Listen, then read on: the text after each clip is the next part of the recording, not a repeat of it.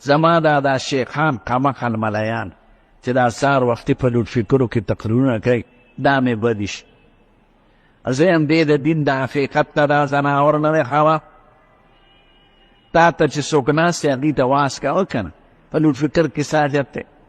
څوک به ودي، څوک به بیماري، څوک به مطالعه کوي، څوک به د امتحان تیاری کوي، څوک به وکیلي مقدمه به ګوري. ولې خدای خو چغې نه، خدای ته خو چغې نه دی خوښ. او ځان سره په مزه وایه یا که چاته بیان کې دا ډېر قمقل امامان دوی د ثواب په ځای ګناه کوي. وي هندوستړی خدای ناراض یا دا قمقل شیخان او پیران سهار وختي به ذکرونه شروع کړي. هلکه څومره خلکو ته تکلیف ورسو.